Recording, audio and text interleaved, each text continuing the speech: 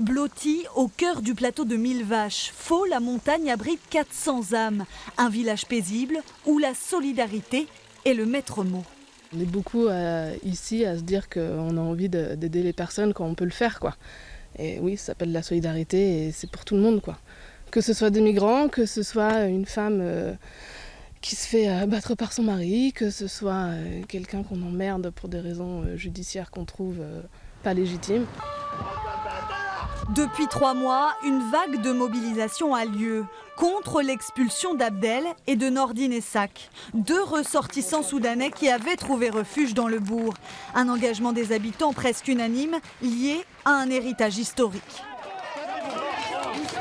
Il y a une tradition d'accueil, puisque plusieurs fois il y a eu des vagues de migrants, et notamment au XXe siècle avec les Italiens, et il y a eu beaucoup de réfugiés espagnols qui sont venus après, à la fin de la guerre d'Espagne.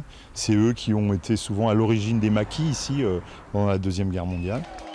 Près de 200 personnes se mobilisent pour défendre des réfugiés, des femmes, des hommes, anciens ou nouveaux arrivants de Faux-la-Montagne et des alentours.